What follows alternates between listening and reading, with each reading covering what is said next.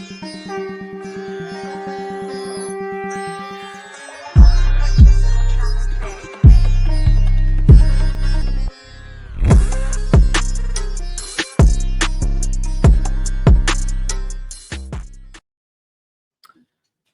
द्वीपे भरत खंडे आर्यावर्ते भारतवर्षे जम्बू टॉक्स देखने वाले हमारे सभी दर्शकों का बहुत स्वागत अभिनंदन। मैं आपके साथ निधीश गोयल करता हूं आप सभी का यथोचित अभिवादन। दोस्तों, अब यूं कोई व्यक्ति किसी को रिप्लाई नहीं करता है। दो तरीके होते हैं उत्तर देने के, one is respond and one is react. जो धैर्यवान व्यक्ति होता है वो कभी रिएक्ट नहीं करता, वो रिस्पॉन्ड करता है।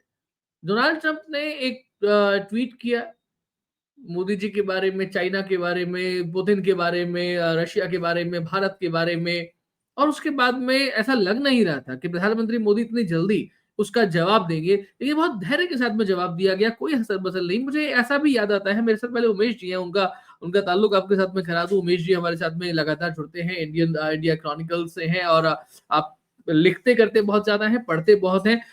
उमेश जी, स्वागत पहले तो आपका जम्मू टॉक्स में एक बार फिर से।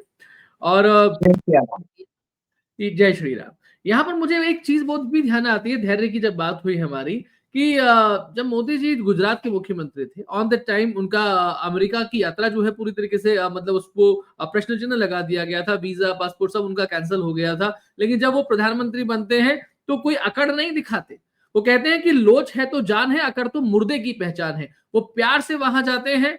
वो बिल क्लिंटन जो हमारे प्रधानमंत्री देवेगौड़ा की कांख में चूटियां मारा करते थे और कहते थे कि हम तो भारत के प्रधानमंत्री की कांख में चूटियां मारते हैं, वो प्रधानमंत्री मोदी भारत के प्रधानमंत्री अमेरिका के प्रेसिडेंट के लिए कहते हैं कि बराक और मैं तो गप्पे लड़ाते हैं। ना ओबामा जी कहा, ना बराक ओबामा कहा, सीधा बराक संबोधन। ये शक्ति भी दिखाते हैं, लचीलापन भी दिखाते हैं, और धैर्य का साथ भी दिखाते हैं। ऐसे में उस ट्वीट का तुरंत जवाब मिलता है, धैर्य के साथ में मिलता है।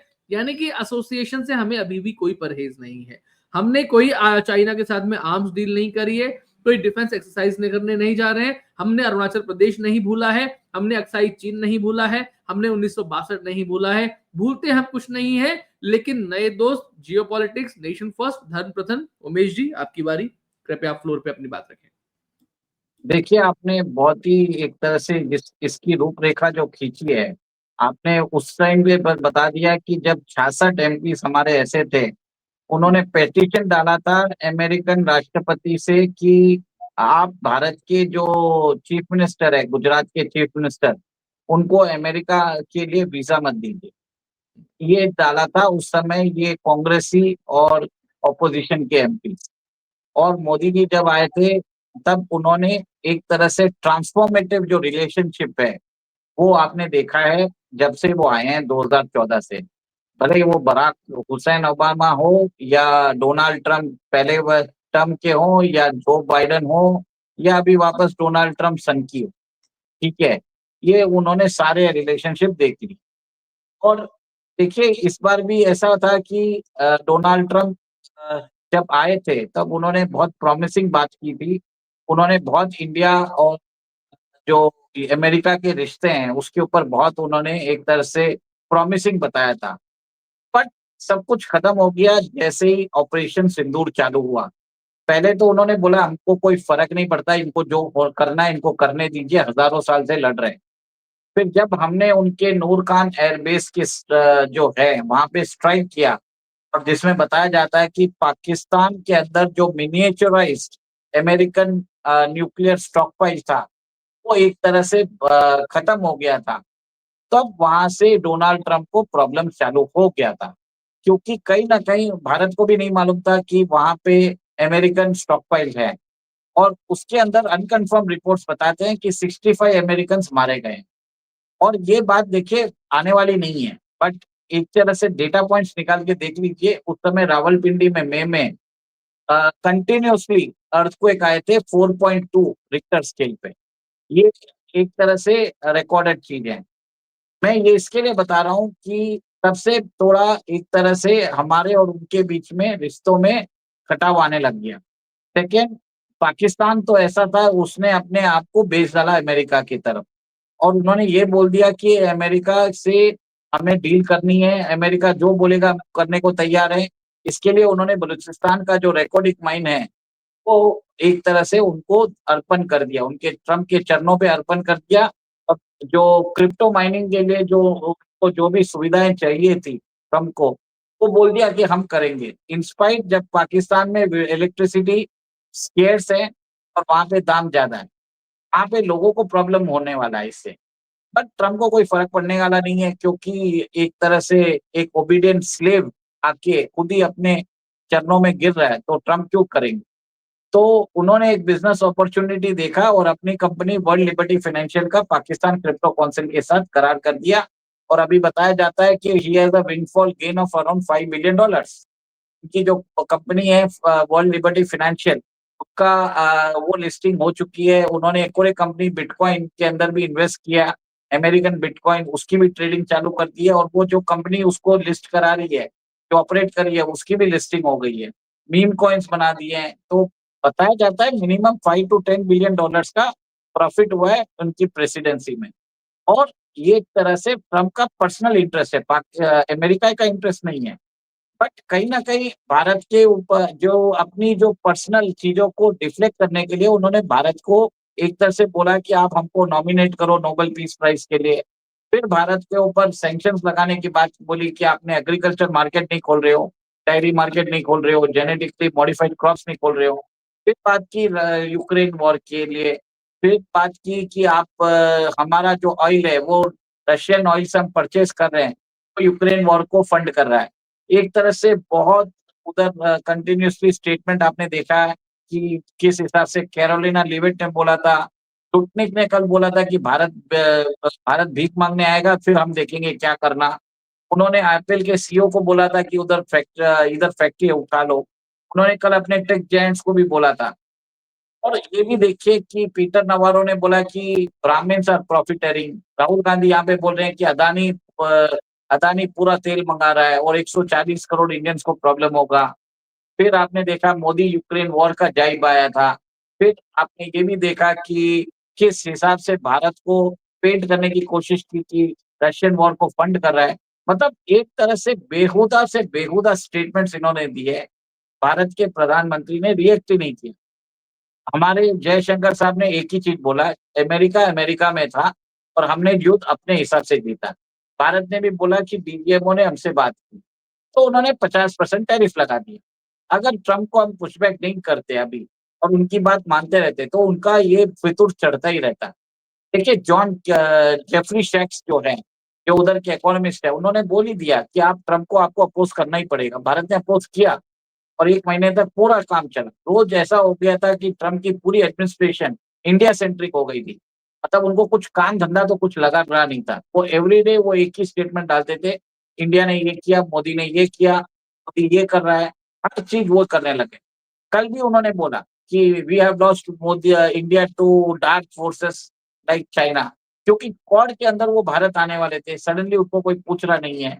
और उनको ये भी लग रहा है कि आगे वो G20 में भी जाएँगे नहीं, क्योंकि साउथ अफ्रीका में होने वाला है। उन्होंने साउथ अफ्रीका के प्रेसिडेंट को भी ज़लील किया, यूक्रेन के प्रेसिडेंट को भी सबके सामने ज़लील किया है। साउथ कोरियंस हो या जापानीज़ हो या ईयू के मेंबर्स हो, सबको ज़लील किया उन्होंने, कहीं न कहीं।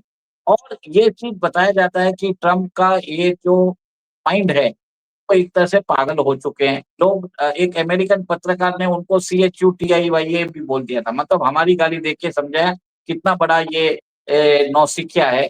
और जो उनके पूर्व NSA है, जॉन बोल्टन है शायद नाम उनका, उन्होंने बोला 3 साढ़े 3 साल इस पागल को झेल लीजिए, हम बाद में तो हम आ ही जाएँगे, बाद में इसको आपको झेलना ही पड़ेगा।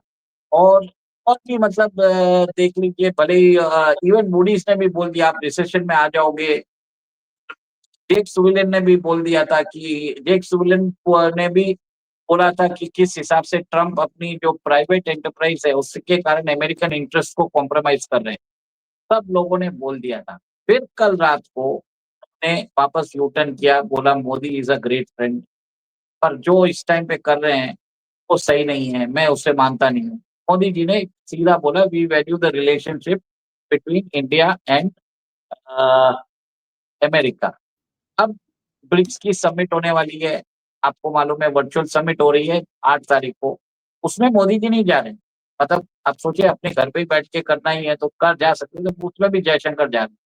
यूएन जनरल असेंबली में भी मोदी जी नहीं जा रहे, वो जो 23-24 तारीख को है। तो हर जगह से इक्वी डिस्टेंस कर लिया है। उनको एक ही चीज़ है, हमें किसी के लफड़े में नहीं पड़ना, I am not interested in any of your affairs. मेरे से फ़ायदे की बात है तो बात करो, नहीं तो अपने घर पे बैठो। मैं अपने घर पे बैठा हूँ, सीधा बात है, मेरे को तो यही लग रहा है। और जो भी बात करनी है हमारा जो डेप्यूटी है, हमारे एक्सटर्नल अफेयर्स मिनिस्टर, उनसे बात करो, वो देख लेंगे। उनको सही लगेगा तो मेरे पास लेके आएँगे, नहीं तो उसका जवाब आपको उधर ही से ही रास्ता कर देंगे। ये बात उन्होंने एक तरह से बोल दी है, हमें कोई फ़र्क नहीं पड़ता, 50 लगाओ, 500 लगाओ, 5000 लगाओ, जो मर्ज़ी है वो करो। हमें अगर आप दोगे तो ठीक है, नहीं दोगे तो हमको मालूम है दूसरे मार्केट्स हम देख ही रहे हैं, क्यूबा का मार्केट देख रहे हैं, ओमान के साथ एफटीए कर रहे हैं, जापान से हमने बात की है, अभी साउथ कोरिया से बात की है, कतर और बहरीन से भी फ्री ट्रेड एग्रीमेंट की बात चल रही है। इनफैक्ट हमने अभी यूएई के साथ हमने फार्मा डील करने वाले हैं, लोकल करेंसी में ट्रेड होगी। नॉन रेगुलेटरी अप्रूवल्स जो नॉन टैरिफ बैरियर्स है जैसे रेगुलेटरी अप्रूवल्स, उसको भी जल्दी मिल जाएगी। तो मल्टी फेसेटेड 40 नेशन से बात चल रही है आपके ट्रेड को कॉम्पेंसेट करने की। 3-6 महीने पक्का प्रॉब्लम रहेगा, पर 6 महीने में सारी स्थिति साफ हो जाएगी। तब तक आपको भी अक्ल आ जाएगी। आप भी टैरिफ हटा लोगे, हमारे को डबल बोनन्ज़ा होगा।